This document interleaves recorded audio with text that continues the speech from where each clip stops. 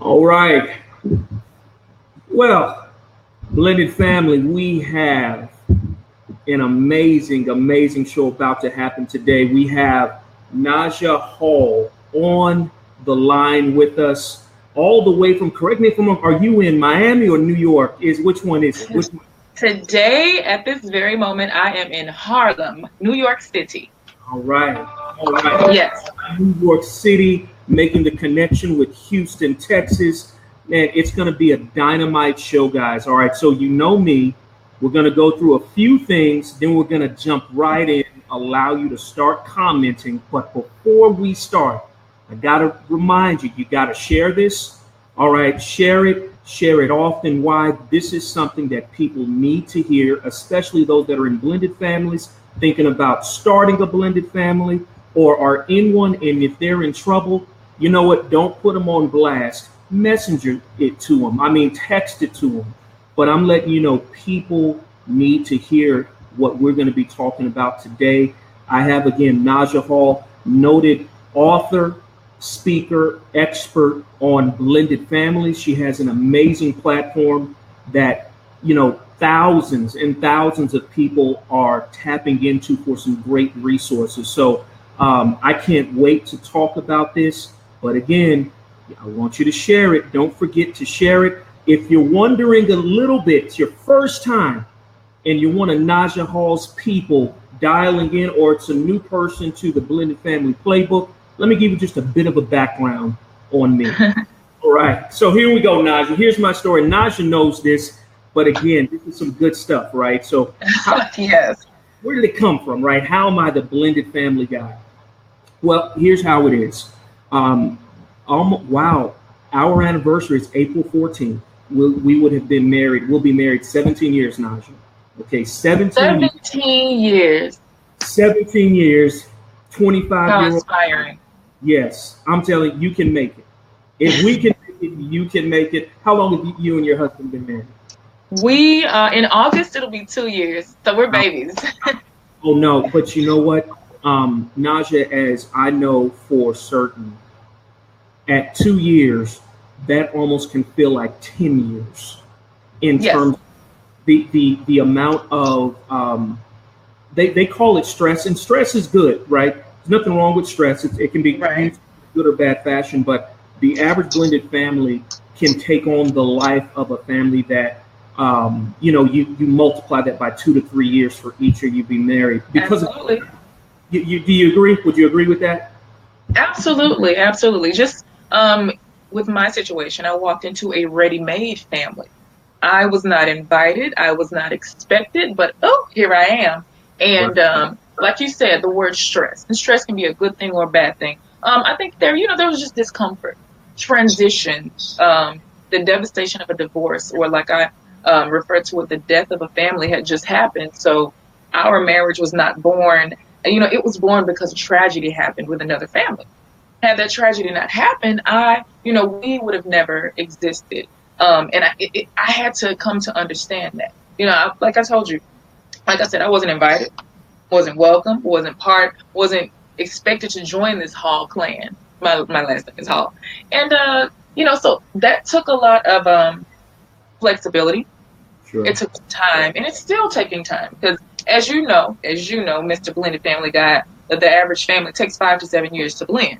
And I don't really think a lot of us really blend. We kind of just are walking in a linear path and just trying to figure it out and just make it. And my goal is just to make. I don't want you to just make it.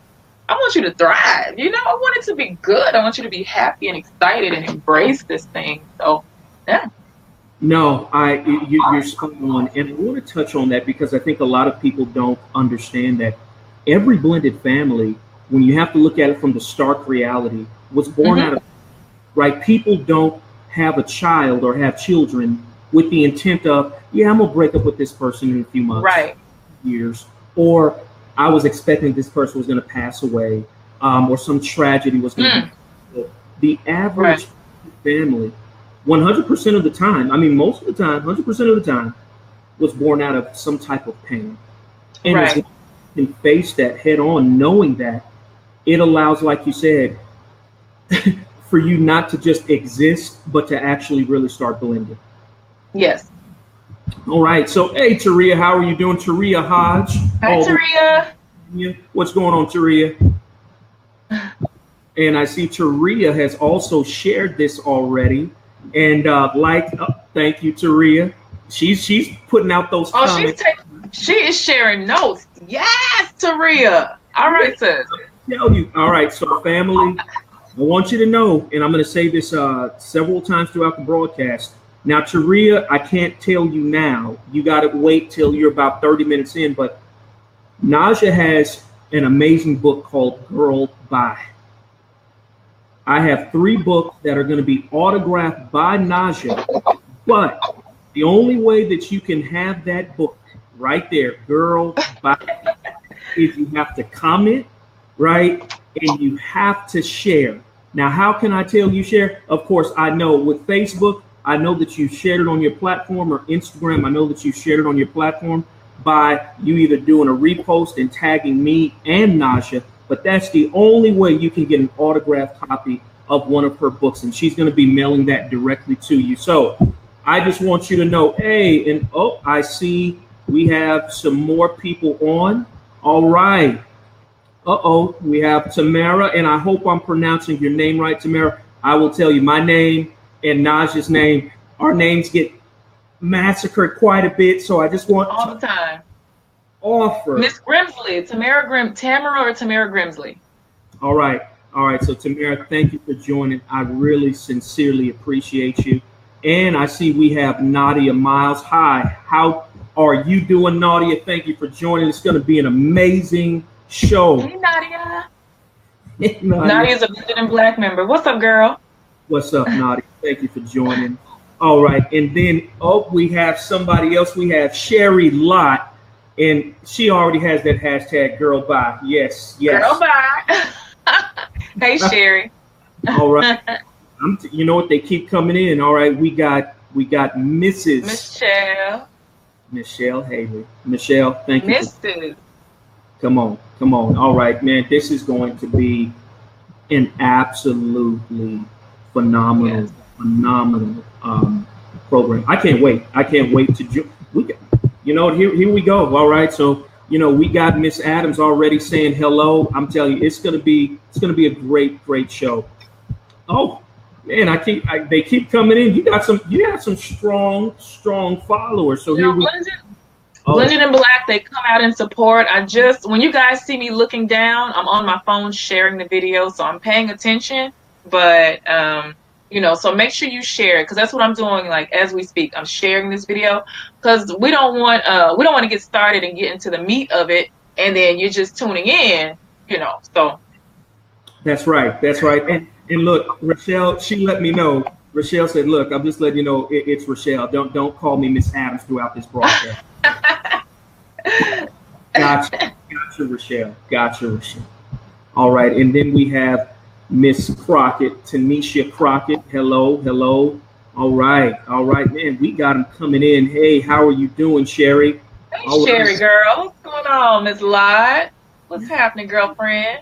Share that with that hashtag Blended in Black. We want to blow up Blended in Black and another 1,000 followers just from today's broadcast. That's what it's about. Man, so Naja, one thing that I believe in, and we talked about this during our earlier conversations, I heard this first from one of my good friends, Tristan Sutton, and he said, all ships rise. And it just alludes to the fact that, there's enough out there for all of us. I want to share your platform because I can't reach certain people that you can, and vice versa. But I love cross-blending platforms. So I just wanted to say, and I see that Rochelle, she has been blended for almost 9 years. Rochelle, 9 years. Girl. You're past the point of, I'll say that critical moment when it can either go bad or go extremely right. And we're going to talk about this, Naja, because it was about year 4 or 5 for us. And every family dynamic is different, but I've noticed once you can get past that 5 to 7 year mark as a blended family, you normally are sitting on good paths, a Right. good framework. So shout out to you, Rochelle, for 9 years. That's awesome. Tim Watson, Right. man. Okay, we got Hey, another. Tim. That is Mr. Blincredible, right? What's up, Tim? Right, me and Tim are going to be hooking up here soon. What's Man. up, Tim? So am I invited too? Am Oh I yeah. invited? How about we do? How about we do Blend Credibles, Blended in Black, and the Blended Family Guy sometime in April or May. We got it. We'll make it happen. We shall Let's make it happen. let's make it happen. All right. And to another point that you said that if you can make it to around year 7 in your blended family, then it's pretty much smooth sailing from there. Well, the average first marriage lasts about 7 years. And so, I think that's something to say about that. First marriage, you're not blended. It's just you and your partner and the child that you have together. The potential for that to end is about 50%. So there's something about that 7-year itch. I believe that's what the old folks call it, right? So we just make it past year 7.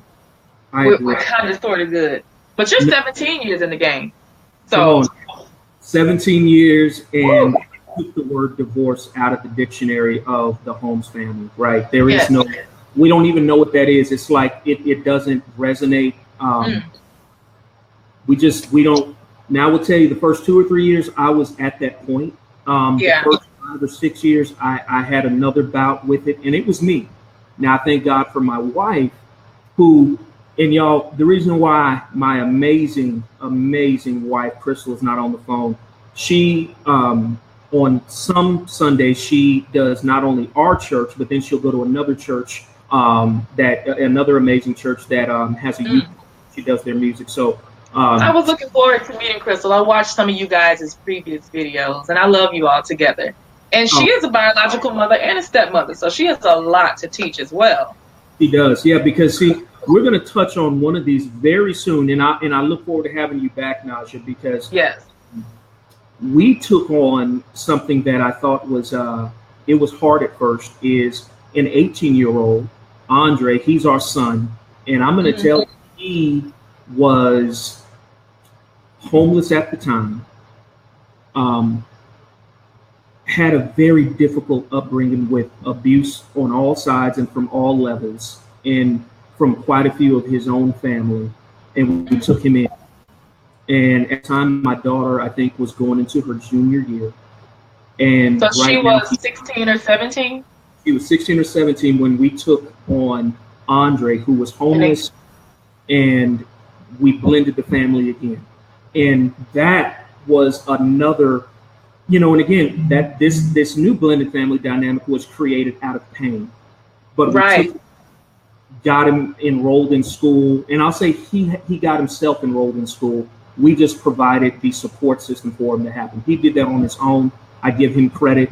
But I'll tell you, you want to live that blended family life, it is not, it's no punk, right? You can't, you got, this thing is real, guys. You want to have an incredible blended family, not one on the surface, not one where you post the nice, beautiful quotes, right? Not the good, beautiful quotes. Because it is not all about those quotes. It's not about T-shirts. It is about exploring your pain and being honest and acknowledging the other people in the family and admitting your wrongs and being very flexible. It's about flexibility, dedication, and respect.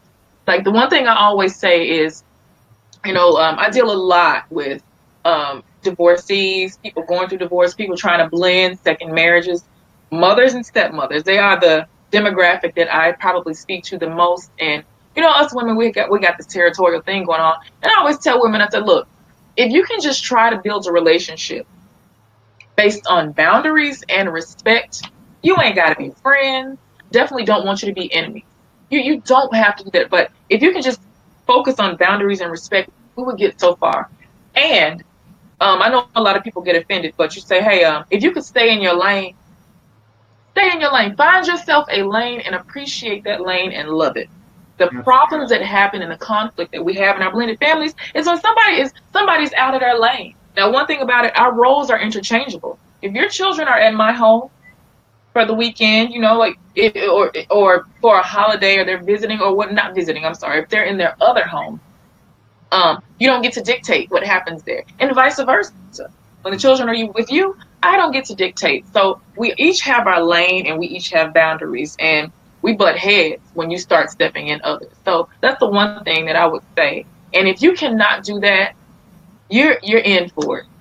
You're going to cause your family and yourself and your children so much unnecessary pain, probably irreversible pain.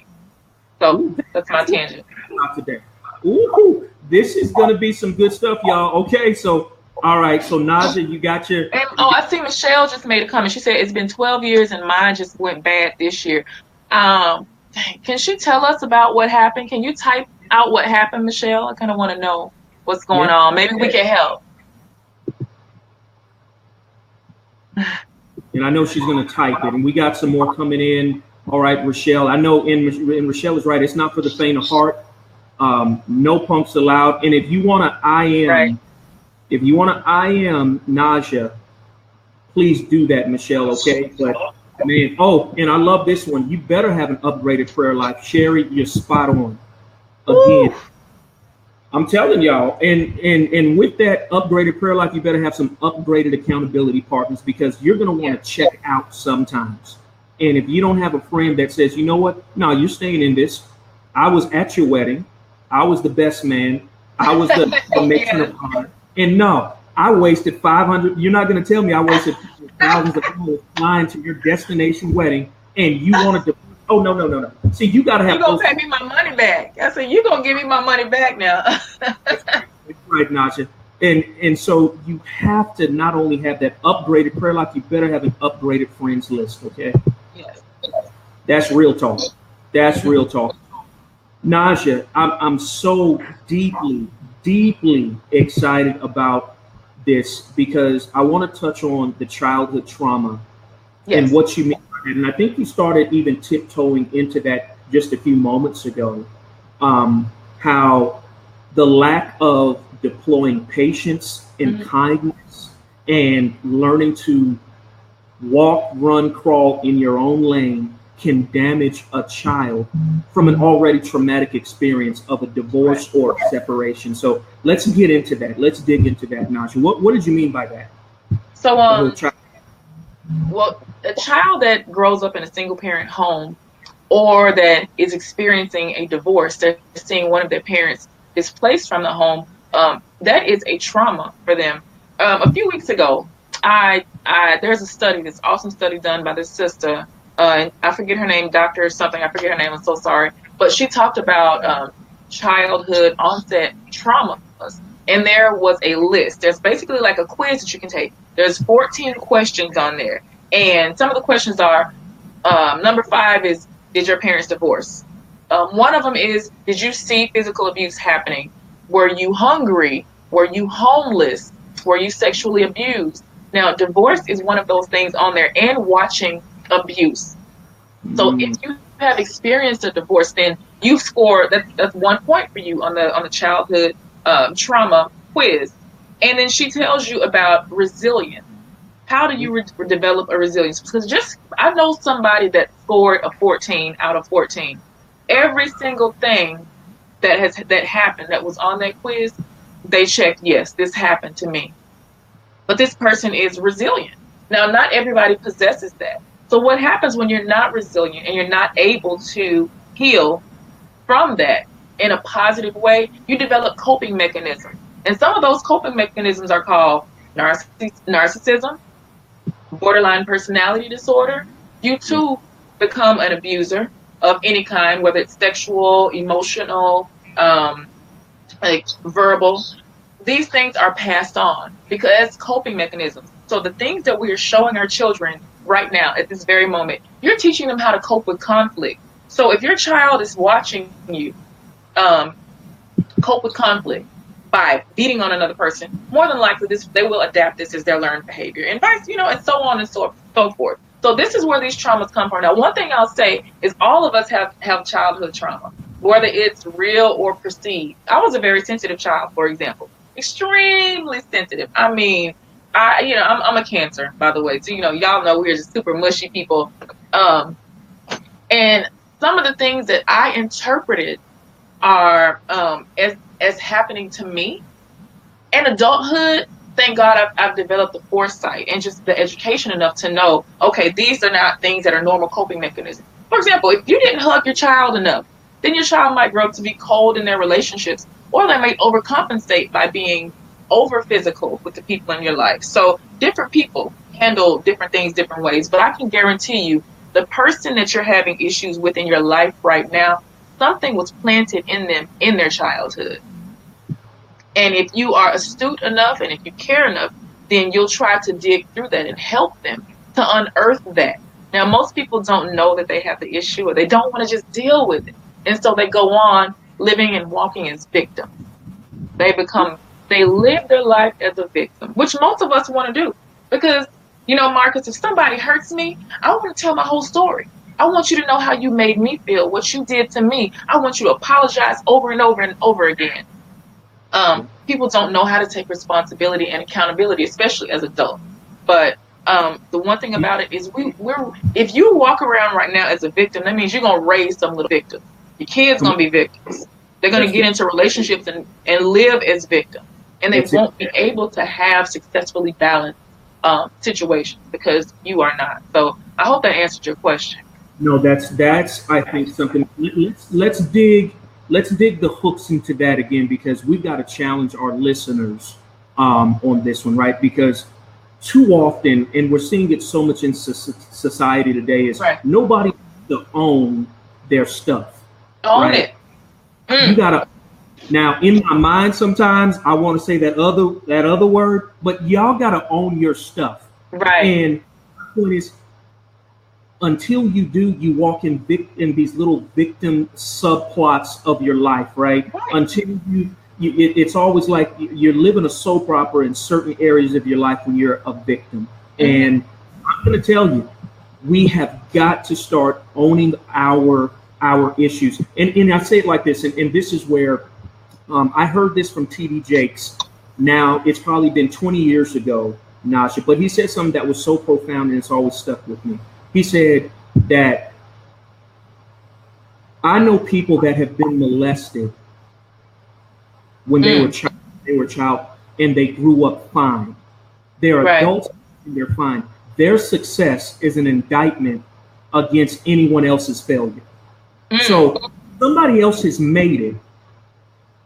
That means that, you know what, I can't live and waddle in self-pity and this victim mentality, because you know what? I'm now passing along that DNA to my child, and it's being infused in my relationships. And guess what? You're going to have a horrible, victimized relationship unless you don't. So, Naja, love that you're touching on that in the whole childhood trauma. Y'all, we've got to do better by our children. We just must. We got to get out of the way. So, Naja, do you have any more? Oh, wait a minute, Naja. Let's see. I think our friend just gave us. Ooh, I think she did. Here's Miss Michelle. Hold on. Man, we got some comments coming through. So here is what she said. Let's read this. You want to go ahead and read that, Naja? Okay, so earlier Michelle let us know that she's been blended for about 12 years now, and things kind of sort of just got bad. I believe that's how she put it, right? So Michelle says it's now started to turn into a court situation after 13 years of loving a child. It's a lot more to the situation, but now she is not talking to us. I'm assuming she's talking about the biological mother. Or the stepdaughter, I believe. We haven't talked to him in 2 years. She refused to show up at court for the process that she started. Oh, so from my interpretation, there's a biological mother that is alienating her stepson from the family, and now she's not showing up to court. So, Michelle, you cannot let this infect and affect your marriage, okay? Like, we have things as people in blended families, we have factors outside of our household that can really come and creep into your house, into your mind, into your bedroom, into your partner's psyche, and cause a major separation. Please do not allow that to happen. If this court process happens, you talk about that with the attorneys. Don't bring this into your home. I hope you're not doing that. I hope you're not letting a person that is seemingly bitter and unhappy throw that energy over there on you. It cannot be that easy. It cannot be that simple. Don't let that happen. I'm begging you Yeah, not to let that happen. I completely agree, and I'm speaking to you, Michelle, right now. Michelle, do not let this affect your marriage. Do not let it affect your husband. Be a covering for him. Pray for him, because again, I know the bitterness, and that's why, Michelle, I hope you got that Girl Bye book. All right, y'all, I want you to share this because I know that y'all need this book. I'm giving away 3 free copies of the book that are going to be signed by Naja, but you got to be active, all right, on this feed, on this Facebook Live, and you got to share. All right, so I just want you to know that, Michelle, I'm praying that this does not impact your marriage, not 1 minute forward, and you just be that covering. Your husband is a covering for you. I know it's hard, but I'm going to tell you, you've made it this far. Y'all can't give up now. All right. So now, can I give her some advice real quick? please. So Michelle, everybody, Tim, you're married, Michelle is married, I'm married, and so we're grown folks on this post. So I made a video a while ago, and it was titled "Use Your Fool as Your Fuel." So anytime you feel this woman about to come into your household, your marriage, use that as a bonding experience between you and your mate. Please use it as a bonding experience. And this might sound kind of corny, but anytime she sends a nasty text message, makes a nasty phone call, he tries to call his son, and she blocks that from happening, go love on your person. Now, at first, it might be kind of odd because you're pissed off and he's in a weird way, but we develop this into a habit. Do that. Physical touch means so much. Affirmations of love means so much. So when you see that happening, you got to fight that. Fight off that hatred with love between you and your husband. And I'll DM you some ways if you need some tips. But try that. Do that, Michelle. Do that. That's one thing I can tell you that you can start doing tonight, right now, today. That's it. That's great stuff. Use your fool as your fuel. Let that fool, if they're acting a fool, let that fuel you. Fight to love. Fight to be in love and stay in love. Use that as motivation. That's good stuff. That is good stuff. Use your fool as your fuel. Man, y'all, I'm telling y'all, this is some good stuff. It's going down, y'all. All right, it's going down. I want to share something else. Look at this one. And this is from, and I want to touch on this because it's so true. All right. My parents showed me how not to own out stuff, but I am fearful for now following in their footsteps, but I see it with my siblings. Y'all, so this is where the childhood trauma comes in. This is where the trauma comes in. And so, Rochelle, Rochelle, I'm so glad you're transparent because, y'all, there are some things that I went through as a child that I can choose to either own and overcome or again, play the well, that's the way I was raised. But I'm liking the fact that you're owning it, Rochelle, and at least you're now saying, you know what? Hey, I need to make sure I'm doing something about it, buffering it, and not making sure I'm passing it down to my children. Naja, anything on that? So when she said, talking about our parents, there's a section in Girl Bye where I focus on the people that taught you how to be who you are. And just about a few minutes ago, we also talked about handling conflict. Most of the time, we learn how to handle conflict from our mothers, fathers, aunties, whomever your adult figures were in your life. And so what Miss Adams said was my parents taught me that. One thing about it, your parents were imperfect people living in an imperfect world. I'm not making excuses for them, but they made some mistakes. My parents made some mistakes. So when I got to the point to where I could, I came into my own in adulthood, I decided that some of the things that I learned in my childhood, I was going to keep with me because I was going to take them and teach my kids. But some things I was going to leave back in Memphis in 1993. It ain't coming with me into my future. So lucky for you, you recognize that your siblings are doing it, Miss Adams. You're not. You are not. You are not that. You can pick and choose now because you're grown. You can pick and choose what you want to take with you into the next phase of your life. Wow, this is And there was a question on there that somebody asked. It disappeared, so I couldn't see it. I'm gonna bring it back. Oh, it's right here. Oh, it's right here. There you go. Here's the next one. Okay. Hey Nadia. Hey Nadia. So Nadia says, how can you love on your partner though when you're pissed with their actions in a situation as well? I find myself not saying anything for several days instead. I know it's not healthy, but I'm trying to retrain my habits. Well, you got it right, Miss Miles. You said I got to retrain my habits because you're not serving anybody walking around as a prisoner in your own house. You realize you're putting yourself in a prison, right? You can't say nothing and you walking around with your lip poked out and the rest of the world is going on. And this person that's pissed you off is happy. They are living their life and they know that they're affecting you unless you've shown them different. One of my things has always been to show and exude happiness and exude love. And you're saying, well, basically, I know what you're asking me. How in the world can I want to give a person a kiss and I'm pissed off at them? Do it. Do it. You do it. That's how you go do it. As a matter of fact, Nadia, if he's there, go do it right now. Do it. That's how you do it. You go sit there. You, like I said, it's something that you develop into a habit because you've developed the habit of walking around for days, giving your spouse the silent treatment. So now we have to change that. It's a matter of making a decision. We all decided to be in this blended family situation. Now, most of us didn't know the heartache and the pain and the new adult trauma that it would entail. But this is our life. This is our situation right now. And ain't none of us getting out of it. Everybody that's watching right now, none of us are getting out of it. So Nadia, I'm telling you, the way to do that is start. If you don't want to touch that person, start with a positive affirmation. Say something nice. Because one thing that I don't want you and your partner to do is walk around in each other's presence mad at one another. The enemy loves that. He loves to see this, and you don't have to be a Christian person watching this, but I'm going to say the devil. For those of us that know who that is or whatever religion you practice, you know who the devil is. The devil loves divorce. He loves strife. He loves to see you not talking and touching because that way he can come in between you and slither in between you and put stuff in your mind and your spouse's mind. And then he's planted these seeds and he's started to win. So Nadia, if you can't go up and kiss that man, you just say, hey, listen, let's go get a drink. You want something to eat? Can you go get me something to eat? Just start off with a positive affirmation. That's that one action that I want you to go do right now, Nadia. And put a thumbs up if you're going to go do it right now so I can see it. Yeah, Nadia. Nadia, for all of us to see.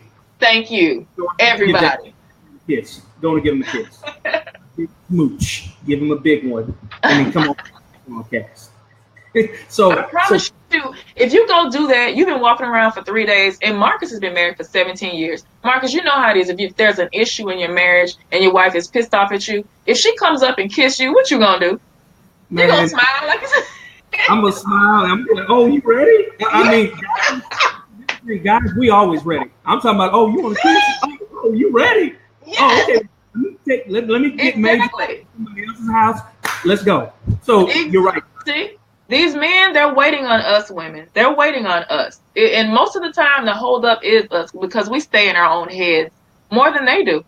They've moved on and they're thinking about the game or something else, Like men know how to refocus. Even if he has to go to court tomorrow and he hasn't spoken to his kids in 6 months, and like he knows how to compartmentalize and refocus. We're the ones that walk around pissed off. And when you do that, you get wrinkles and cellulite. Look at me. I don't have any wrinkles. I don't have any cellulite because I don't worry. I don't do it. Come on. Yeah. Come on. So this is good. This is good. Okay, so Nadia. Yes. Nadia. All right, with the thumbs up. Okay, that's good, Nadia. All right. Yes. All right, we're making it work. So, and I want to touch on something as well because I didn't realize I was doing this. I'm the one that gets quiet and sullen, and I used to be. It's you. Oh, it was me. My wife checks me. I'll walk around and be like, okay, you know what? I'm just not gonna say nothing. And I realized this. That's manipulation.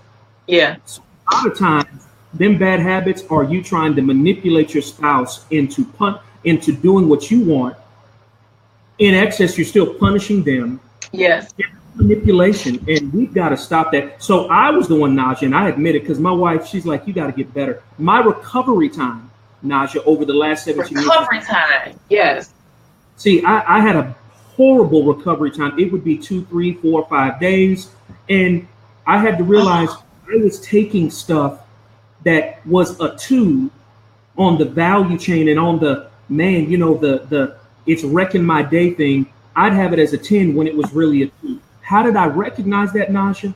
I got a marriage counselor that actually fit me and was willing to call me to the carpet on the fact that, Marcus, you can almost be a little obsessive compulsive. Your wife, right. so Naja, I'm letting y'all know right now, guys, if you don't have the money to get a marriage counselor or pay a Naja Hall or a Marcus Holmes to coach you, we offer so many free resources. So I'm going to touch on this right now. Michelle Hayes said, "Oh wow, I am really guilty of that." That's right. We got it. Let's be real. You're owning it, Michelle. You're owning it. Own it. Now, Naja, hold on. Why don't you go ahead and share this a little bit more on your social networks? I got to bring up some of these comments that have been coming through because these are sharing right now. Y'all, please hit the share button, you all. Ooh, we had some more people that loved that. Use your fool as your fuel. There we had Taria restated. Guys, I need you sharing this out there. That fool in your life will be so upset. And this is something I want you to take with you on your job, in traffic, in your household. Do that. Please. Use that fool as your fuel. We got. Hold on. Let me go through this. Oh yes, Rochelle has been a great. Okay. Oh look, Michelle said great advice, and I'm trying, but I see I might need that book. Hey, Michelle, as long as you're sharing it, I'll buy you another copy. If we've already given away the 3. By the people that have shared it and are commenting, I promise I'll buy you one myself because again, your marriage is worth the money to buy the book. It pales in comparison, right? I mean, the book price pales in the comparison to saving a marriage that has a ripple effect on your children's children. And can we talk about that? The generational ripple effect of divorce. So y'all understand, Michelle, I can't have you going into another divorce or even thinking about it. So if I got to get you to do it, I'll buy the book. So I am Naja. Your address, Naja, just send me the bill. I'll pay for it like we are the others. Okay. Okay. I will. Okay. And one thing I'll tell you all is when I wrote "Girl Bye," it was it's how to take back your peace. How to take back your own peace. It's not a kiss and make up situation because let's just be real. The other person that's causing you the conflict, they might not want to kiss you and make up with you. So sometimes you girl buying yourself. You're doing it to yourself. You are taking back your own personal peace. And it's a 10-day class. I have videos. I decided to do a video class. And I decided it's a workbook. It started off as a novel, but I was like, nah, I need you all to do some work. And a lot of things that the thing that the women that have completed this Girl Bye series say is, this is like 6 months of therapy. I really checked myself. There's a part in the book where I ask you to say her name. Say the person's name that is causing you the conflict, because most of us don't say our husband's ex-spouse's name or his child's mother's name. We call her something else. Or most of us will never utter our children's stepmother's name. We call her something else. So there's a chapter in there by, I want you to start to humanize this woman. And you're not doing this for her. We're not doing this for her. You're doing this for yourself. Because what happens when you dehumanize a person, you cannot show compassion or empathy for them. You can't do it. That's what they did to the slaves back in the day. They said the slaves were not human. So that the people whose moral fibers started to be ticked, like, wait a minute, we're doing this to people. They're like, no, don't worry, they're not people. They started to dehumanize slaves, and they called them a third of a human, third of a man. And so they're like, oh, okay, well, they're not really people, so I can beat them, rape them, berate them, take their children away right fresh out of the womb. when you dehumanize this person in your life that is causing you strife, it's really hurting you and harming you, because you cannot see every name but her name. Exactly. You can't see them as a human. Therefore, you can't see their motivations behind their attack or of you. And then you're walking around confused forever. I now see people in my life that have caused me strife. I learn their backstory as much as I can, you know. I learn what makes them tick. And I say, okay, you know what, this person had a rough childhood, or this person has low self-esteem, or this person is still reeling from their divorce. Who am I? It's not personal. Then I don't take their attacks personally anymore. Because I'm like, I could be anybody. It could be anybody sitting in this seat right now. And so that's what helps you to gain mental clarity and peace. So that's just like one example. So it's 10 days, and I need 10 days. Whomever takes this course, there's a secret Facebook group, because we are in there talking every day. There's a video series, and you watch the video, and you're filling out every day in the workbook. You're filling out something different. There's case studies in there. I wanted it to be like a real life experience, and I call it the girl by experience. It's what I wish I would have had before. When I first started dating my husband, when we were just little girlfriend and boyfriend, I wish I would have had something like this, so I could have already had the tools in order to cope. So that's my spiel on that. This is the girl by experience. How can they access this, Naja? What do they need to do? You just go to www.girlby.info. Go look at it right now. You get a free chapter. You know, you can DM me. You can reach out if you have any questions. But yeah, go to girlby.info, not girlby.com. Okay, here. Oh, hold on. I'm getting it. Hold on. I'm gonna get it right. All right, hold on. You gotta fix that. Everybody, girlby.info. It's girlby.info. Mm-hmm. Gotcha. Okay, girlby.info right there. That's it. All right, good. We talk about childhood trauma, and here lately, I'm a certified family life coach. One thing that I hear from every single client is, the first question I ask, who hurt you? Why are you here? Who hurt you? It doesn't even start with their present situation. It goes back to something that mother, day, or grandmother, something someone planted in them. Because we choose our mates based on what our parents taught us, or our adults taught us. Choose our mates based on that. So as much control as you have, I told that person, mama and your daddy, your grandmother, whoever raised you, and auntie, they were a person, they were vital in your choice of a mate. Maybe it was something that they were missing that you're looking up, trying to make up for. But I guarantee it affected you. So I implored everybody. I turned it into a workbook because I said, now let's talk about who made you the way you are. Let's talk about you. And then we're going to get into the other person. I wanted this experience to be about you, about me, about you. It's about self. It's not about another person, because ultimately changing. We can't, you can just not going to do that. So, yes, Nadia, you need to quit playing. Quit playing. Something tells me you're going to be one of the winners. Marcus said he is, he's buying 3 people books. So I think you're probably going to be one of them. I'm thinking you are. Did you go give your husband that kiss? Because if you're not, then it's no deal. Oh boy. No, let's see. So we have a lot more to dive into. It's already 6:45, but you know what? I'm the producer and owner of this show, so we're gonna go as long as Naja can talk, and as long as you guys are being active within reason, we'll keep going. But guys, this is some really, really, I think, sensitive areas that I want to talk about, right? That we really got to get into. And here she goes. Here she did it. Look, Naughty Mouse laughing out loud. She did? Okay. Okay. All right. Good. No, this is good. Oh, look. And see, this is the beauty. When you open yourself up for being accountable while being transparent, it equals deliverance. It equals you putting yourself on a plane that puts Yes. you a different level and a different perspective to view everything. So, Naja, you said something. I think a lot of women and men, it is so hard for them to actually humanize the person that they have so much anger against.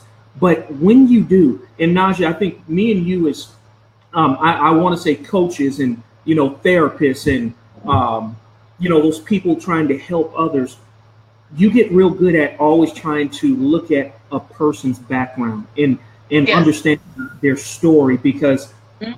something happened in their childhood as to why they're acting this way now, right? So Absolutely. you've got to look at that. So go ahead, Naja. I know you wanted to chime in on that. Oh, look, Michelle says, "Oh, we got to check ourselves with this book." Yes, this book is a self-help book. It's a self-exploration book. I directed it at mothers and stepmothers because I myself am a stepmother, and and I'm very transparent about my own situation. When I came into it, it was extremely high conflict, and I saw this stuff being directed, this vitriol being directed at me. I'm like, hey, I just got here. Like I just found a great guy. I'm trying to love on him, but one thing I had to do was really try to understand why this was being directed at me and what is I represented for the person that was thrown at my way. And so once I did the exploration and made this person human, I said, wow. Oh, look, that Tia. See, Miss Marie actually has the book. And she sent me a video and she said, Naja, I had to stop at page 19 because it made me angry. You made me say that person's name. If this woman is married to your ex-husband, you need to call her Mrs. So-and-so, so-and-so. A lot of people, we can't acknowledge people for how they want to be. I'm going to call you that. Ebony says, I believe that our background and circumstances may have influenced who we are, but we are responsible for who we become. We absolutely are. And there are some cases, though, when if you had a traumatic childhood or you internalized your trauma in a different way. Like I said, I was a very, very sensitive child. So there was some trauma that I thought maybe that was there that was just kind of normal, but I'm sensitive. I internalized and turned it into something. And in adulthood, I had to realize that it wasn't. You have some people that are coping with childhood trauma now, and they did develop a borderline personality disorder. They are now narcissistic. So that means they are not capable of love because they can't attach and form real relationships. They only know how to use people because they themselves never received love. You have sociopaths, and of course, everybody says that it's crazy or narcissist or arrogant or all these names, but some people are actually deal with this stuff. Depression is a very serious thing that a child that does not get certain things, and depression is very common. It's very, very common. Does not get certain habits of love. They might become depressed, and it follows them all throughout their lives. But one thing that we don't do in our community, and that's why Marcus and I started doing the work that we do, is we saw that we were severely underserviced. And then if you are in a blended family and you already have childhood trauma and adult issues you're dealing with, and now you brought your behind in a blended family, you need some help. You need to go sit on somebody's couch and talk to somebody. Do a Skype session, text, phone call session, something. And when I wrote the book, I realized that people aren't really doing that. So I said, I'm gonna make it easy. I'm gonna come to you. Here's a workbook. Here's videos that you have to watch every day that go with the workbook. I need you to fill it out. And then here's a Facebook group if you need some more support. There's a secret Facebook group if you need some more support. Tia says, I don't know where this is coming from tonight. This is a great conversation. All right. Yeah, y'all. This is about owning it. Own it. Why is this person able to make you so mad? And we haven't even started talking about conflict yet, but why does she make you so mad? Why do you hate her? Why do you hate him so much? Why? There's this quote that's in here by, and it says, everything that irritates us about others can lead us to an understanding of ourselves. I'm going to repeat that. Everything that irritates us about others can lead us to an understanding of ourselves. Think about that. Why does this person get under your skin so much? Why? And this is one of those things where we do a lot of self-exploration. I want everybody to come out whole and to come out better. And even if you don't get the book, you like you said, you have people like us that are here. We are that run service-based businesses just to do this. And I personally don't turn anybody away, whether you can pay or not. I don't have it in my heart. I cannot turn anybody away. Marcus also volunteers hours to work with families. And this man has been married. The one y'all looking at, he's been married for 17 years. That's right. So, you have a man's perspective, you have a woman's perspective, and it's just, you can get some help.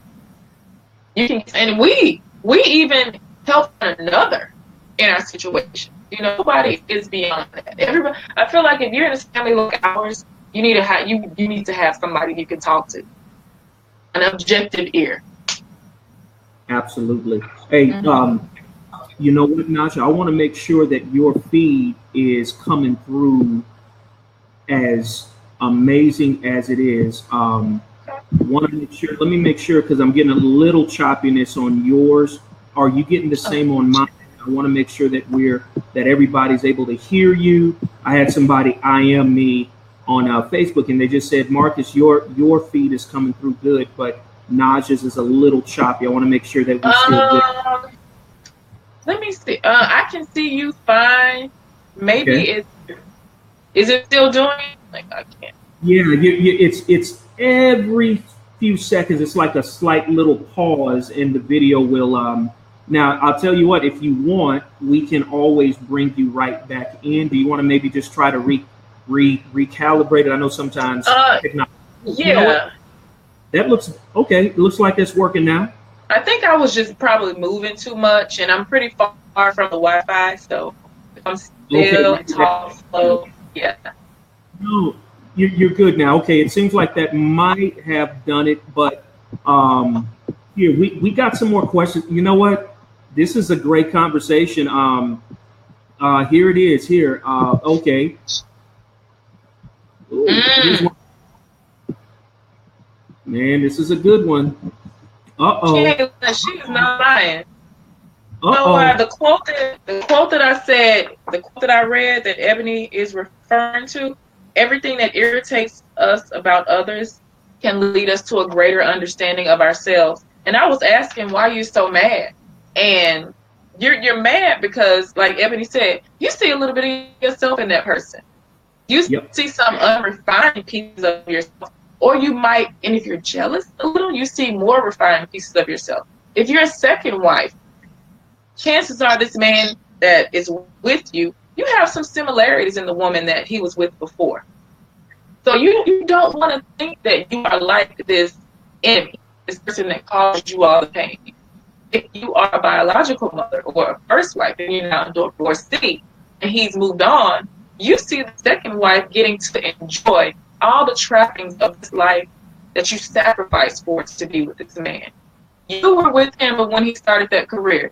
You were with him when he was graduating. You gave him his first children. You made his first home with him. Oh, she says, I'm still freezing. Still freezing. Still freezing. Oh, I might have to move it. Okay. I might have to move it, but if you need, Naja, you do that, because I can have a little quick station break, let everybody know, reach more stuff.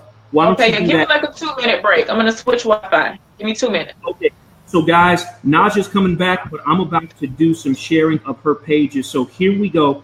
If you don't know who Naja is, I'm about to show you her page, okay?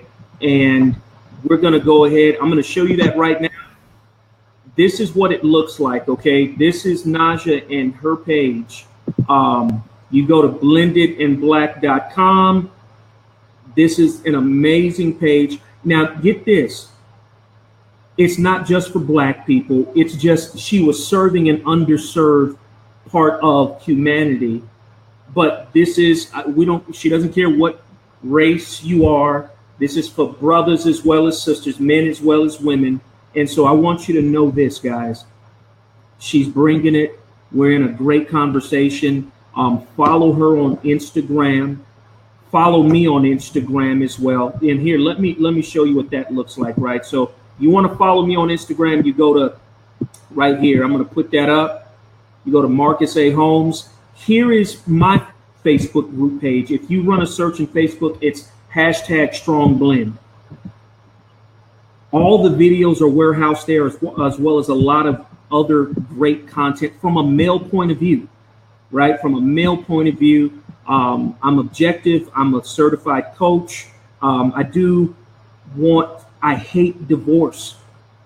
I hate childhood trauma.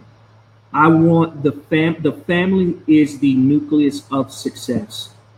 And I'm not talking about it in the traditional sense. I'm talking about from a blended family perspective as well, right?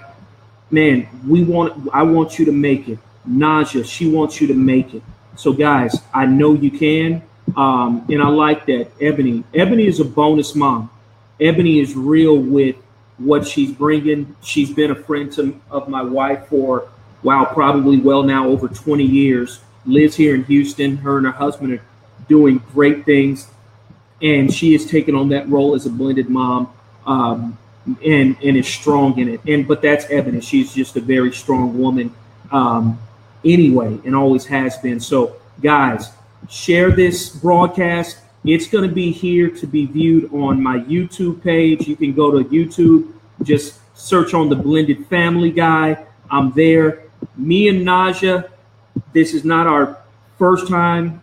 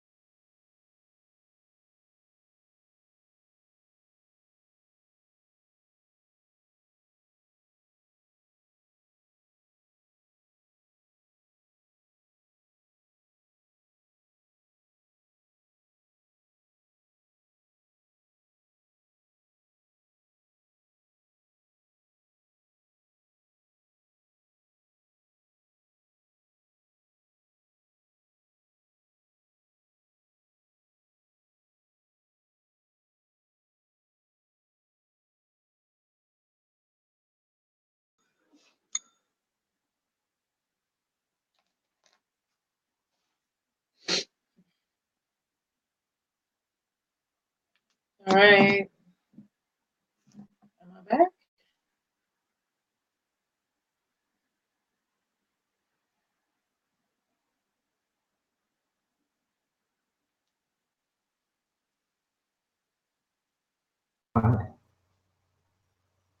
That is very odd. Okay, here we go. Wow, guys, sorry about that. My platform Be Live just crashed, but we're back up and running. I had to use my mobile hotspot because it looks like I think it was that, but no, it just kind of crashed. And so my apologies. So Naja, you're back on. I'm back on, and I think I'm better. I think you are. I'm getting a little feedback on your end. So I don't know. Can you guys hear me okay? Because Marcus, yours is like coming in a little choppy and slow. So I don't know if it's my internet or what. If it's It probably now is my internet, and I'm starting to now think that it wasn't Be Live. I'm thinking that I had a cable outage, and I'm looking right now, but you know what? Look like in my church, you know,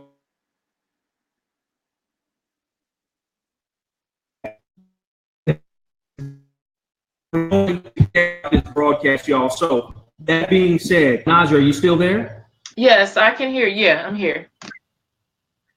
All right, good. Now I may be a little choppy. I want you to go ahead and still talk. Let's get into that whole childhood trauma. I want to. I'm not the childhood trauma, but can we segue into the second portion of what we wanted to discuss, and that is the high conflict parent. Let's talk about that. Let's talk about that.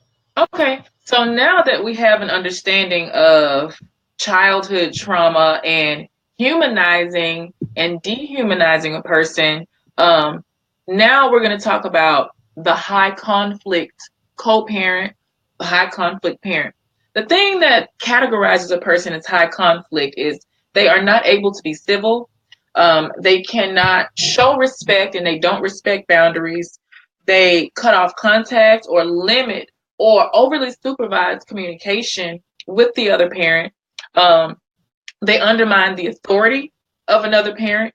You would be considered high conflict if you just cannot have a normal conversation about the betterment of your child with the other parent without you being the one to start an argument, start a fight, or if you're just overall disagreeable.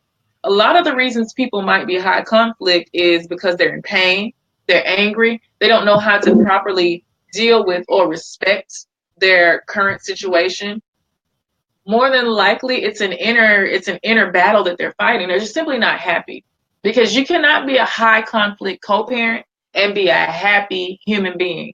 You cannot be a high conflict father and be completely happy with where you are in life and accepting of where you are in life. You are not accepting. That means I've seen a lot of dads that are high conflict because they're just angry about how much child support they have to pay. Or I only see my child 4 days a month, but I'm paying $2,000. That's just not fair. So then they become high conflict and disrespectful to the other parent. That is not your job to do. You are not allowed to do that. And mothers get the brunt of being called high conflict because let's just be real. More than likely, the mother becomes a custodial parent. So just in the game of probability, you know, you got 100 more mothers that are custodial parents, so they have 100 more opportunities to be called high conflict. So when we see women that are high conflict mothers, women handle conflict a little bit differently from guys because a man might be physical. He might have a physical method of abuse or a physical method of control, and he might be the one paying into the household. And so a mother, all of the things that I said, she might do these things. So how do you deal with this? How do you deal with a high conflict personality? Number one, you have to understand them. You got to break it down to the root and see, okay, why is this person high conflict? Are they high conflict because the divorce was so nasty and so bitter and they're still reeling with anger and hatred? Now, if you know that they are otherwise a person that can handle themselves in situations, but right now they're just angry and seeing your face or hearing from you sets them off, your situation won't be like this always. Chances are, however, this person always had a little bit of high conflict or conflict in them, which is probably why they're an ex now. So chances are this they're already predisposed to being conflicted, and you're no longer in the household with them. You're not in a romantic relationship with them. So now you cannot control them. You have zero control over this person and their antics, and now they know they can't control you. The thing you do is you don't make, in order to fight off this high conflict, don't respond. You don't have to respond to anything except for what is about their child. If your high conflict biological mother calls you and says, I see you were in Jamaica, but you didn't pay, you could have given me that money. You say, may I speak to my child? Or how is so and so doing? Shut up, you're stupid, you're ugly. When you calm down, please have the child call me back. In the conversation, you do not verbally spar with a high conflict person because they're, as we spoke about earlier, they're probably in victim mentality. So there's nothing that you could say besides, let's work on this relationship. Let's get back together. I'll give you extra money every month. Or you could drop dead. There's nothing you can say that would appease this person. So you say nothing. You don't give them any ammo. And just remember, it's like you fighting a handicapped person. You know this person is handicapped by their pain. So, like let's put it in real terms. Like, what if you see me fighting a woman in a wheelchair? You see Miss Naja, I'm out here putting up my dukes because a woman in a wheelchair rolled over my toe and I just go and hit her. That would make me a pretty awful person, right? Well, if you allow this high conflict personality to make you fight them and you know that this person is not well and they are not processing their pain properly, if you allow them to take you to that place, then you're probably no different than them. And you've let them gain control of the temperament, mess up your day, and control the situation. Why would you let a person that does not know how to control themselves control you and your temperament in the whole situation? Don't do that. So that's one of the things. There's a method called the gray rock method, where you just completely stonewall. You don't say, not stonewall, you don't say anything. Just don't say anything. If you realize you cannot talk to this person and they are constantly disrespectful and it is giving you anxiety, because let's just be real, it's not cute, it's not comfortable to have to deal with a high conflict co-parent. That's the worst. Like, it's the worst thing because they have your child.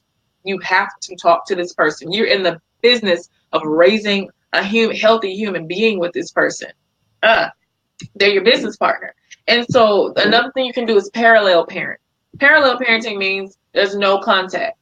What the courts do is they have apps now. Talking Wizard, Talking Parent, My Family Wizard. You can use these to communicate solely with that parent. And you can use it in court. Send it right over to your lawyer just in case something happens. And so remember that. And if you are dealing with a high conflict parent, never, ever, ever try to negotiate. One of my favorite phrases, don't negotiate with terrorists. You don't negotiate with a terrorist. You don't give in to their demands because they're going to see what more they can get from you next time. No matter how painful it is, no matter if they're telling your child, and this happened to us one year. Like I said, you all know that I am very transparent.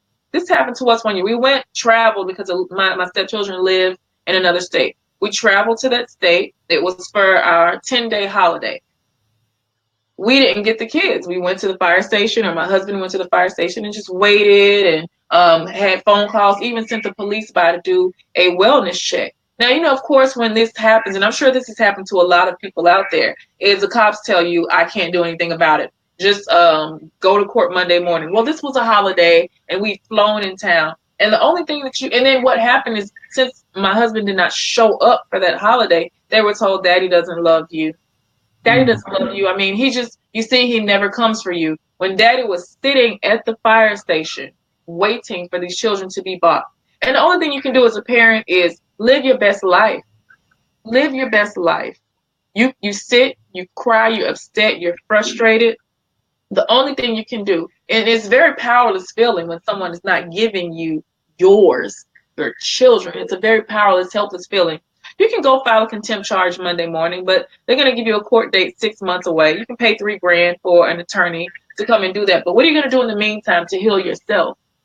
You cannot control what this parent does. You can't go and physically yank these children. Some people, they choose to do that. But you have to make sure that you're okay. If you know you're dealing with a high conflict person that is alienating you from children, lying to them about your involvement, not giving them to you at all, abusing you financially, you have to first make sure you're okay, because you can't stand up in court and defend yourself. You can't be a whole partner to your new spouse. And if you have more children on top of this, in addition to this other child, you have to be present for these people that are there right now. So I want you to focus on that. Don't let these people control your temperament, because they're already in control. They're not in control of anything, not even themselves. So I can't see the questions. If anybody's typing, I can't see the questions, Marcus, because it's not coming up. So if you pop some questions on the screen, maybe I can answer some. Yeah, Pops. Let me make sure is in guys. I want to make sure that you're writing, because I know Be Live, it crashed. So if you're out there, I am me or Naja. If you're typing things and we're not seeing them, because we were having a steady feed of comments and now I'm not seeing anything. So that's a little odd. That's odd. Let me see if what's happening with the. Yeah, I'm myself too. Okay. Yeah, I just don't have the comments. Oh, okay. Here it is. Okay. Okay. So they're there. Okay. Okay, it's here. Okay. They're coming through. Okay. I just didn't have it pulled up on my screen. So I just went off on a long tangent like I typically do. But if anybody has any questions or anything to say, then I'm here. And so So Naja, let me ask you this. What do you do when you are a parent and you're in the throes of a high conflict situation? Can you give us what are the top 3 things to do? So they're not controlling you, and that's their goal, right? To make you upset, to throw you off kilter. To ruin you. Yeah, yes. That's it. I published an article on my blog on blendedinblack.com, and it's called How to Deal with the Bitter Betty in Your Life, or the bitter ex in your life. And the one thing that this bitter ex wants is they want to ruin you. They want you to hurt like they hurt. They want you to hurt like you hurt them, like their mother, their father, every ex that they've ever had hurt them. All that pain now is compacted and directed at you, whether you deserve it or not. So you have to remember that. You have to find mechanisms. And you asked me 3 ways. You put me on the spot, but I would say the first thing is find yourself a healthy vice. Don't turn to alcohol. Don't turn to drugs. Get addicted to prayer.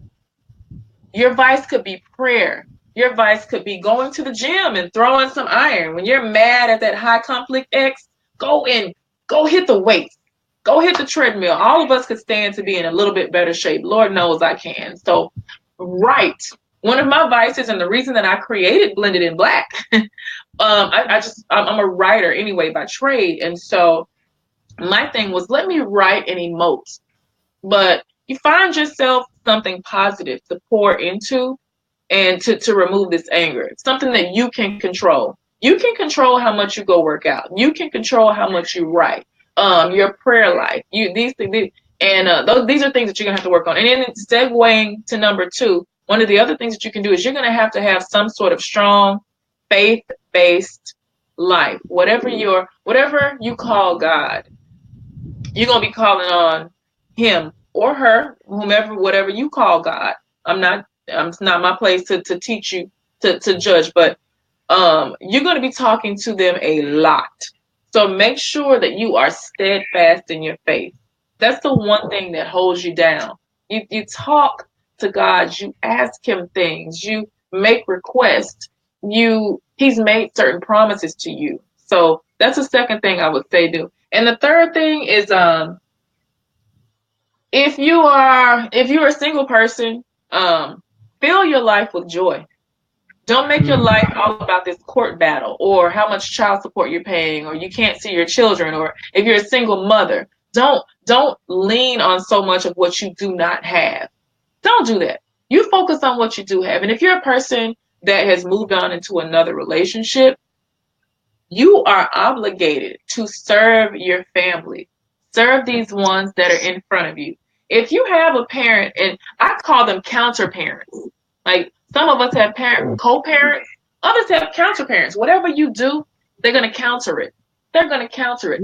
If this is your journey and this is your struggle and this is what you have in life, I guarantee you that you already have the tools. You're already equipped to deal with it. Somebody said, what does the biological parent gain when she tells a child hurtful things about the other parent? This person is so blinded by their own fury that they gain this temporary satisfaction that they get to undermine you. And maybe they get to hurt this child. And that's my Bishop Ed Stevens. Hey, Bishop, how you doing? Memphis, Tennessee. Shout out to Golden Gate Cathedral. What's up, Bishop? So the person asked, what does this other parent have to gain? This person is blinded by their own fury. They're in a place, they're living and thriving and existing in a place of hatred, not love. You and I, we're living in a place of love because we fought to achieve this love. This person simply cannot do that. So they think they are hurting you.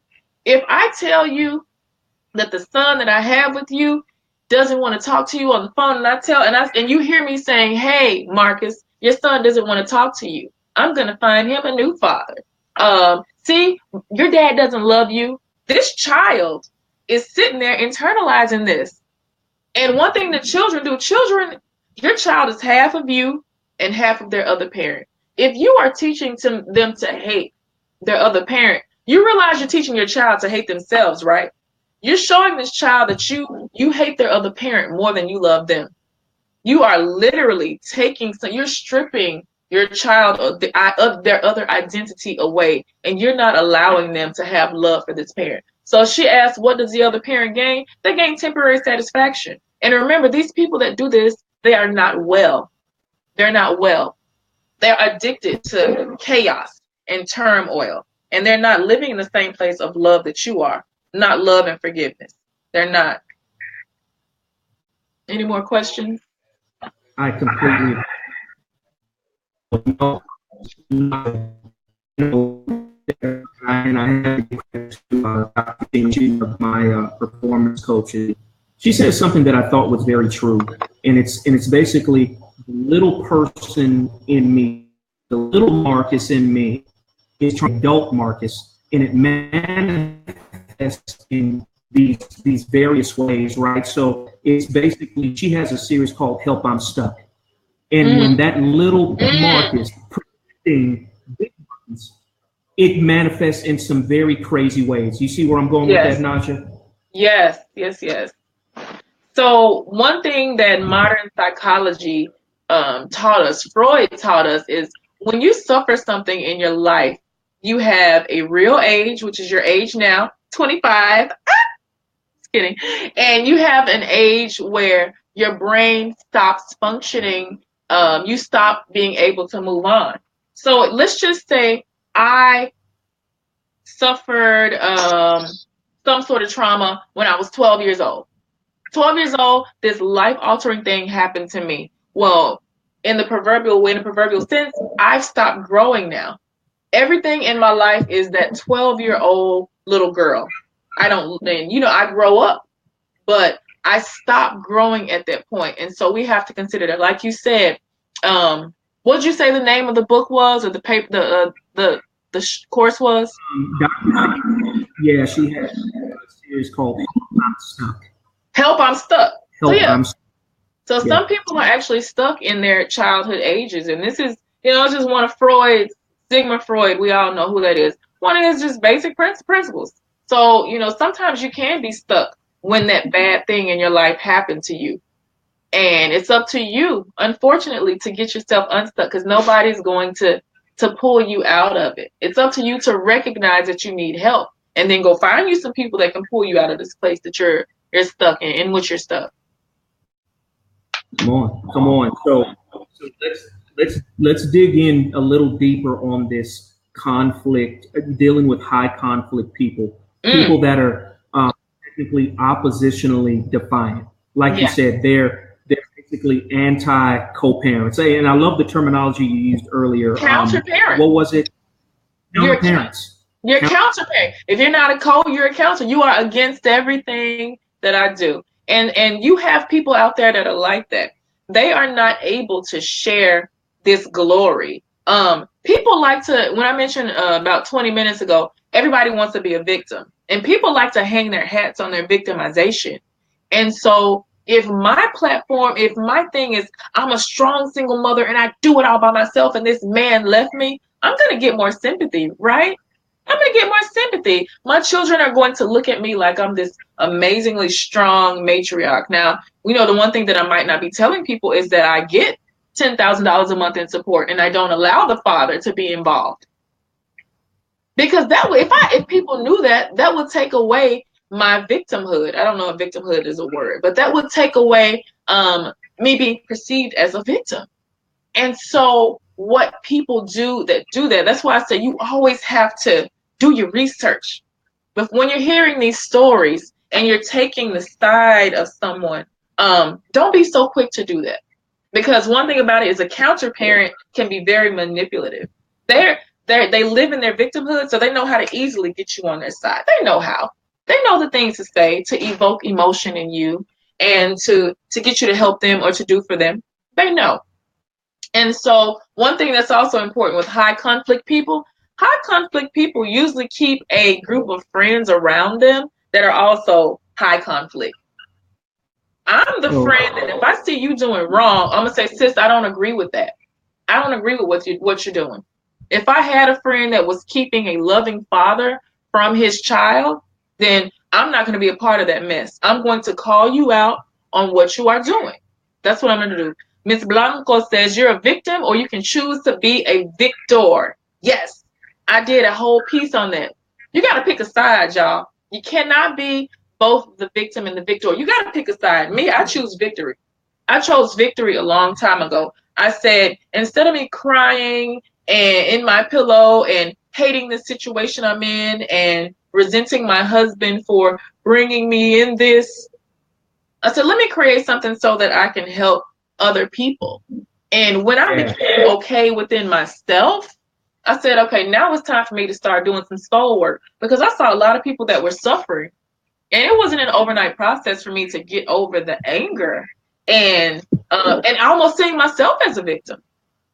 Eric says, what do I do when my daughter's mom won't communicate or answer my phone calls when it comes to doing things for my daughter? Eric, if you are in the same city, and make a comment, are you in the same city with your child, Eric? Because if you are, let me tell you what you do. You go up to that school. You go to the school, and if you have a decree or a parenting plan that you show the principal or the administration, you show them that you have the right to be on the phone call list when any sort of updates happen with your child. You can go and have lunch with your daughter all the time. I would suggest that you develop a plan and maybe get your daughter a cell phone. You didn't say her age, but if it's age appropriate, get her a cell phone. Now, the mother might not allow her to answer the phone, but then you'll have proof that you are actually that you actually are trying. And I hate to say this, but sometimes you do have to go to court, and the courts are very slow about helping a father and helping you gain your rights, Eric. But one thing you do is you show your daughter, Eric, you are in the same city. If she's school age, take that paperwork up there to the schools and the principals. You don't have to tell them the personal business about you being, that you're being alienated, because you are being alienated from your daughter. You don't tell them. You don't need to tell them that if you don't want to, but show them that you have parental rights, and you show them what is in your decree. Oh, she's 13. So now your daughter is in double-digit years. What happens when we enter double digits is a child's personality is pretty much already formed, right? Around 10 years old, they are who they're going to be. Then, adolescent, puberty starts, adolescence, and then they get all crazy, because all teenagers are crazy. But your daughter's 13. At this point, she needs to see that you're making an effort. She needs to see that you are making an effort. And she might reject you. She might have already fallen victim to her mother's brainwashing and alienation. But she's going to get older one day. She's going to grow up, and she's going to remember, man, my daddy tried. My daddy came up to my school. He asked me what size I wore, and he brought clothes and stuff up to the school. When she gets ready to go on summer vacation, you say, school is the only way that I can see you. And you know what, men, I want you guys to stop being the martyrs. If you have a woman, a child's mother that's playing the victim, you stop being the martyr. I'm not saying tell this child everything that's happening, but at 13 years old, Eric, your daughter's old enough to know, listen, your mother is not allowing me contact with you. I love you. I want to be here with you, okay? You don't want your daughter to walk around thinking that her dad abandoned her. Don't do that. Don't do that. So when you go up to that school, Eric, remember, you're the adult. You run this. You are in control. She's going to see you. She's going to see daddy. And she might look, she's 13 now. So she's developed and she thinks she's grown and she's smelling herself. When she sees you, she's going to turn into that little baby that she was when you brought her home from the hospital. That's how little girls are with their daddy. She might be hardened by her mother's hatred, but it's up to you to break that and crack the surface. So tomorrow, I want you to go up there. Take the administration your paperwork. Please take them your paperwork and have a conversation with your girl. You look her in the eye and you let her know that you're trying. You're trying and you love her. I hope that helps you, Eric. Absolutely. And Eric, from a male perspective, I know where you're coming from. Eric, I would say this at any and all times, man, respect your daughter's mother in spite of all this. And I'm not talking about just in front of your daughter, because one thing that I talk about, Naja, is you can tell the golden thread in a conversation that is happening even when you weren't part of that conversation. So, Eric, my what I'm saying is respect her, the mother, even right. though she's not respecting you, because at the end of the day, that daughter's gonna get older and she's gonna know what you did. And I'm gonna tell you, Eric, it is gonna speak volumes to her as your father, as her father, that you're doing this. So continue. And I'm talking about even in your private conversations, respect her. Talk about her, the affirmative and the positive, that, you know what, the one thing that you can talk about that's positive about your daughter's mother is she brought her into this world. And if that's the only and sometimes that's all you got to talk about. That's hold on to it, buddy. But seek respect and honor. Honor that woman because she brought your daughter into this world. And that's all you got. And I'm gonna tell you, your daughter, she's gonna melt in your arms, hug her like Naja was saying. I'm telling you, Eric, from a male perspective, your daughter is going to love you for it, man. So Tanisha, you're spot on. Mm-hmm. Yeah. I'm sorry. Eric, make sure, like he said, honor her. If you find yourself still very angry at her for causing this damage to the relationship, sometimes if you can't honor her, just don't say anything. Don't address the mother. I do say don't make yourself a martyr, though. What you say is, instead of saying your mother won't let me see you, you say, you know, baby, I try to see you and it's just not happening. You know, it's just not happening. I'm trying to see you. Or, you know, just don't place the blame on that, because we just talked a few minutes ago about children's identity being both parents, and girls identify with their mothers, but she's about to be a teenager, so she needs to be able to know that she has dad to come to, because more than likely this girl's probably going to be living with you in a couple of years. Probably. Mr. McSwain says children are always paying attention to adult actions. We have to be the example and keep it. It's so easy to say keep it all about the children. I preach that, but sometimes, you know, when we get in our own feelings, it's difficult because we still have feelings. You know, you want to, but your children are watching. They're just mirroring your behavior. They're mirroring your behavior. Yeah. That's it. I mean, wow, this is really good stuff. Thanks, Christopher, for chiming in. Eric, thank you for your transparency. Naja, I mean, the comments are still coming in. So, Naja, I like her name. Rosa Cueto Blanco. Hey, Rosa. Rosa, where are you from? Rosa, what is that? Is that Puerto Rico? Where you at? Where you from, Rosa? Rosa. But hey, I'm sure she's about to comment on that. But Naja, how much time do you have now? See, I understand the family value priority system, right? Yeah. You have y'all been married 2 years. Yeah. I've had you on the line for 90 minutes now. You want to go another 30? If you need to ask him, that's fine. I defer to the So man in. Tony, he's in there. He's in there. So I did tell him an hour, and we're about to go out and have a drink. So I have about 20 more minutes, and then I gotta go because I already have my date night dress on. Come So on. I got about 20 more minutes, and then I'm gonna go. All right. Will you tell Tony I honor him and I'm Yes. okay? So Yes. we're gonna go It's another okay. 20 minutes, okay? Yes.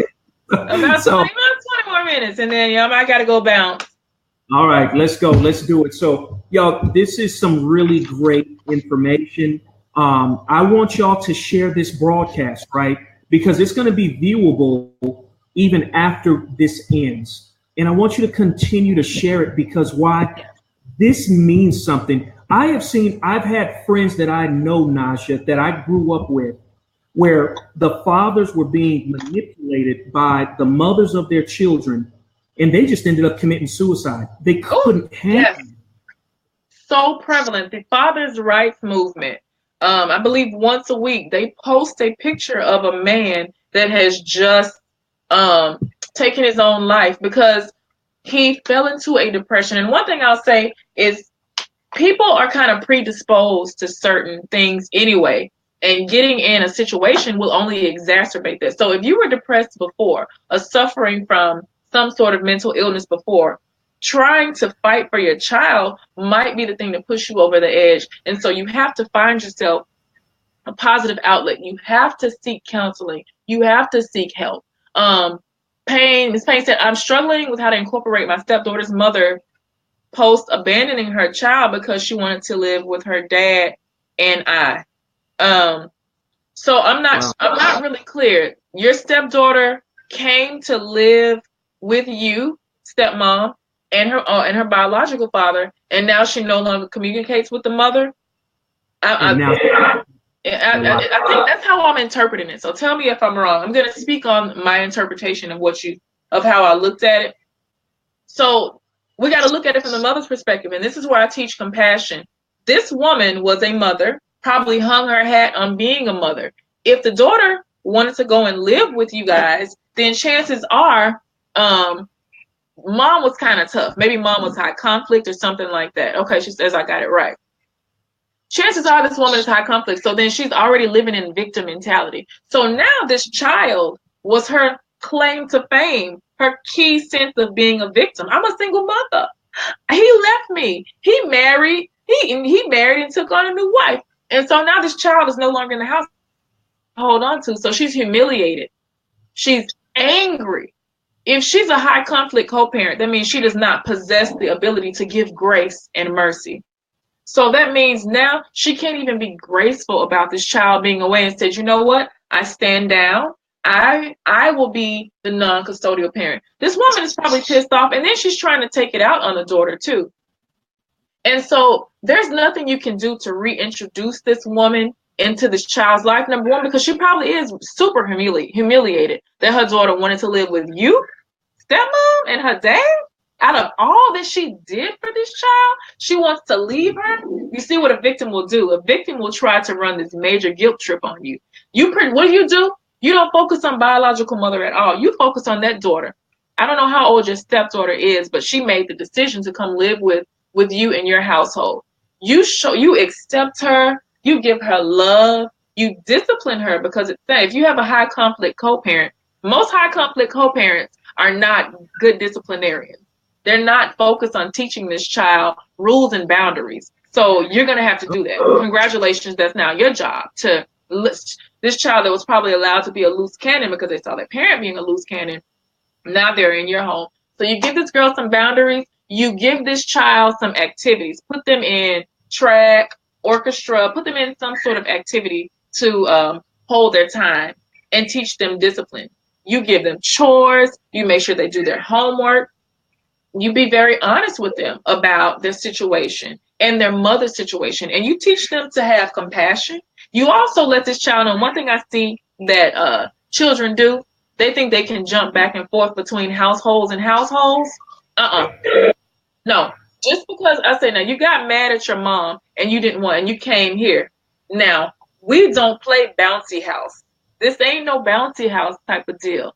You're gonna stay here, you're gonna abide by our rules. And if you go back there, you are totally welcome. The door is open, but you cannot come back here because you've been disrespectful to us. We're not gonna play that game.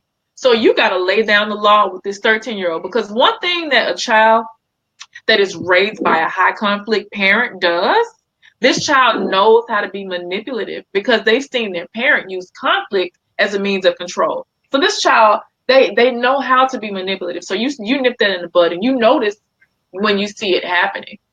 So you don't really focus on bio mom so much. You focus on this child and giving them stability in the household. And you also let them know, like, listen, this is your life. This is your situation. You have a mother that's not really that involved anymore. Don't feel sorry for yourself. You're not a victim. But this is part of your journey now. This is what's going to make you great and strong. Absolutely. Hey, Kimberly. Hey, Kimberly. This is a good one. This is a good one, Naja. So I'll read this one for you, Naja. You've been reading. So it says, my issue is my stepdaughters, they're twins, living in another state, and my husband sends money for them every month, but he does not get to see them. The agreement was they come on school breaks and holidays, but she hasn't allowed them to come, but still wants the money. Naja, I think we need to have your resident lawyer. Was it Marissa, right? Is it Marissa? Oh, yes. Oh, yes. A show where Marissa is on because a lot of this is hovering around a lot of legal issues. A lot of custody issues. One thing about it is when you're dealing with custody issues, especially if there's already a custody arrangement, I'm going to tell you this. A parent, if they want to keep your child from you, you can have every court document you want. They're still not going to abide by it. This is more an internal thing with them. And so if you have, I don't know if Kimberly, you all want to go and try to say, you know what, we're going to take custody and bring the twins to live with us so that they can know their father. You're going to, and I'm not trying to be off-putting here, but unless you're going to write your documents yourself and file all your paperwork yourself, you're talking at least a minimum of about $5,000 in order to get the process started. You can file a contempt charge on this woman if you want to. And the judge can give her a slap on the wrist and say, don't do it again. And then she does it again, but she might have a valid excuse like, well, he's supposed to give me 14 days notice, but he only gave me 12 and a half. You just kind of never really know. So what you can do, since you guys are long distance parenting, long distance co-parenting with a person that keeps the kids away, you are going to have to do what military families do. And I see a lot of military families do this very successfully. If you can FaceTime with these children, if she's allowing phone calls, then you do that. If you can go and visit, or if dad can go and visit the children, have dad to go down for a weekend, get a hotel, and keep the kids where they are. Yep. You know, and I'm so sorry that I hate that I have to give advice like this, but in my own, Kimberly, I can identify with you because we live in a different state from my stepchildren. We've also been denied contact. We've gone 5, 6, 7, 10 occasions and not been given the kids. And we filed contempt charges and dropped $10,000 for a lawyer, spent $30,000 on a case. But if this parent is dead set on being a counter parent, then you got to go internally. You can go through the legal system. It's going to be expensive, however. So yes, she still is absolutely going to want to take the money, but she doesn't want to work with you guys. Like, she just wants you to pay her and go away. Like, pay me this money to help me take care of the kids and leave me alone. That's what she wants, Kimberly. I suggest, like I said earlier, I don't know if you're just tuning in, your husband has to, number one, find himself a healthy, positive outlet. And you as a stepmother, we can get very consumed with our husband's issues. We can get so consumed with it to the point to where we're angry. You find you a friend, you find yourself an accountability partner to talk to. Because number one, we have to make sure you and your husband are okay. We got to make sure y'all are fine. And as far as bio mom keeping the kids away, I don't know if your agreement is a court. You said the agreement was that they come on school breaks and holidays. I don't know if this is like a court agreement or a verbal agreement. If it's a verbal agreement, she can break that, and then she's showing you that you can't trust her word. That's fine. if you can get yourself some sort of written agreement in court, this woman might, and I've seen some alienating parents be scared straight. If you can get something written in court, then yes. Kimberly says we live 3 hours away from them with our schedules. It's hard. I'm very consumed, and it's a lot to take on. Kimberly, same here. That is why I wrote "Girl Bye," because, and it's called "She's Not Going Anywhere. Neither Are You." How to take back your peace in 10 days, sis. If it's consuming you, you gotta get your peace back. You gotta get your peace back because you are no good in a court of law. You're no good to your stepchildren if you are frazzled by something somebody outside of your household is doing. And since it is a verbal agreement, Kimberly, you said, okay, it's a verbal agreement. Sometimes that little magical piece of paper might work. This woman is not honoring a verbal agreement, and she doesn't really care if her children have a relationship with their dad, but she might care if a judge gets involved.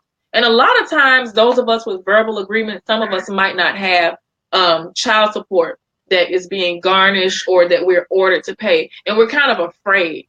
And if that's your situation where you don't want to piss her off by going to court, that might be something that you guys have to do. Nadia said, hey, he's going to have to go to court. I would recommend anybody, if you see that you have a co-parent that looks like they might blink and be high conflict, the first thing you need to do is at least have orders in place. They're going to break the orders. They're going to break the orders, but you need this for your own peace of mind. You need this to show your children, like, hey, I took your mother to court. You know, when you're 18 years old and you're sitting across from your son who's a grown man and say, Dad, why did you never come for me? You give your son a box. I keep a box for my husband. I got a big old box. Hopefully we never have to use it. Not looking like we will. But you have to be held accountable for this damage that's done to your children. And you're still going to be responsible for whether you create it or not. Ms. Blanco said, try mediation. Court is so nasty and painful for the kids. Yes, I would say, keep the kids out of court if you can. Keep the kids out of court. The kids don't have to come to court with you, but they know when you are mentally frazzled because you've been at court fighting for something that's yours all day. If Miss Lyons, if your husband, and you said you guys are 3 hours away, and I don't know if you all have court-ordered child support that you're paying or not, but whatever state, whatever county that's in, you can go and find a mediator. But the other parent would, number one, have to agree to come into the mediation session. If she's high conflict, then more than likely she won't. And so then you have to have her summoned to court. So go through that process first. But sis, you're going to have to get some paperwork. You cannot go through this next 18 years like this. At least get some paperwork in place, okay? All right. Mm-hmm. Naja, this is good. I think we're going to have to do this. I think this was an amazing episode. But I tell you what, I won't be able to do it again if your husband, you know what? He in my date time with my wife. So we're going to have to end this, y'all. We're going to have to end this, Naja, okay? All right. Naja, parting words. What would you like to tell the Blended Family Playbook listeners, your listeners, anything you have going on? What do you want to say to them as we get ready to end the night? Most powerful statement you could leave with them right now. I have some ratchet advice for you guys. I'm going to tell you a quick story in 2 minutes. Yes, Kimberly, girl, go get that paper, girl. Get that paper. Throw that paper on her. So I was coming home one day. My husband and I, we were dating still. We had just gotten engaged. And as soon as we got engaged and announced the engagement, he got a summons for court. And, I realized that it was trying to dampen this, what should have been one of the most beautiful times in my life. He got a summons, and so then now he's stressed out and, is asking for more money, and, oh, wow, we have to pay for this wedding. And there was this old man that sits on my stoop, Mr. J, over in Harlem. And he saw me walking in, looking long-faced and attitudinal. He said, what's wrong with you, young lady? He calls me Memphis because, you guys know I'm born and raised in Memphis, Tennessee, but live in New York now. He's like, what's up, Memphis? What's up, little lady? I said, man, Mr. J, let me tell you about this. And I just told him everything from the time, like everything that had happened in, with my husband's ex about the harassing phone calls and emails and the awful things that I had seen, the awful things that had happened to my family, as a result of me being with a man with children. And he said, let me tell you something. And you guys, this is ratchet advice, but I didn't make this up. He said, don't you let no trick that missed her blessing make you miss out on yours.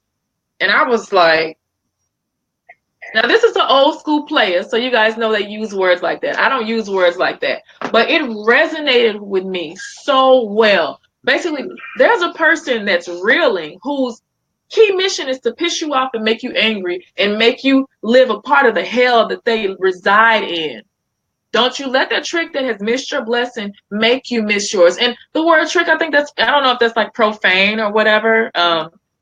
Don't you let that person that has missed out cause you to do the same. There's a lot of step parents, and I have a special place in my heart for stepmothers. There's a lot of single mothers. I especially have a special place in my heart for single mothers. There's a person out there that's missed their blessing, and now they're watching you live their blessing. They're watching you live that. So, girl, you better go live it. Sir, dads out there, the one that can't see his daughter, don't you let that mother make you miss your blessing with this child. Your child is your blessing. You go around her. Okay, so you guys know I'm Naja Hall, family life coach, creator of Blended in Black, and the writer of Girl Bye. Those are the words that I have for you. So I hope that helps somebody. It was very raw, what I just said, but I hope you can turn it around and use it for your own betterment. Absolutely, Naja. I want to say thank you. You tell your husband thank you for infringing on a little bit of his time as well. Yes. Let's do this again, Naja, and let's add a few more people to the talk. I think this was amazing. Well over 118 comments in this hour. I mean, no, actually more than that. I mean, wow. Look at all this coming through. I mean, it's just they're coming through.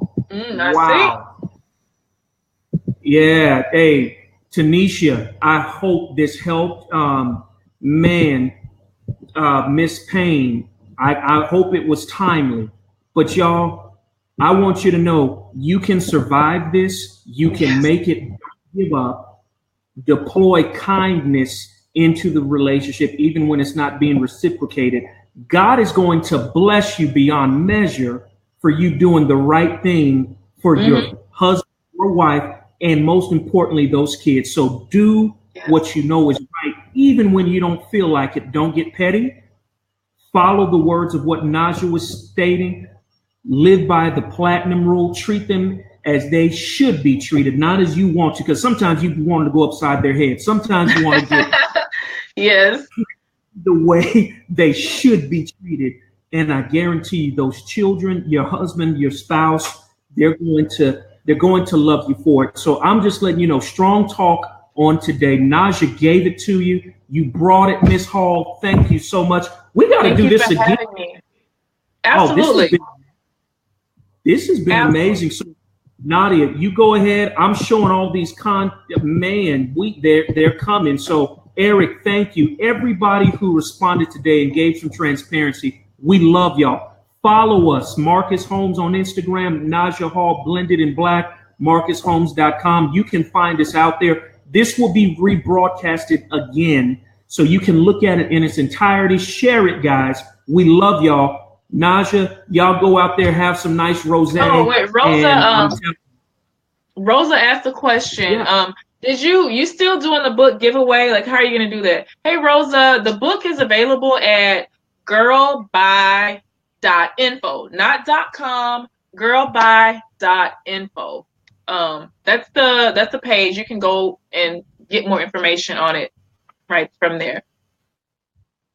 And also, Marcus is doing a giveaway. So, Marcus, what are the stipulations of the giveaway? Because I'm going to put these books in the mail in the morning. So, I need your address. Like, whomever the winners are, I'm going to go mail them tomorrow morning. I'm going to tell you what. So, I got to go through and see who shared and commented first, whether it was on Instagram or Facebook or Twitter, right? So let me go through those channels, and whoever won, I'll announce them. I'll even put them on our Instagram feeds, and I'll copy you in. Yes.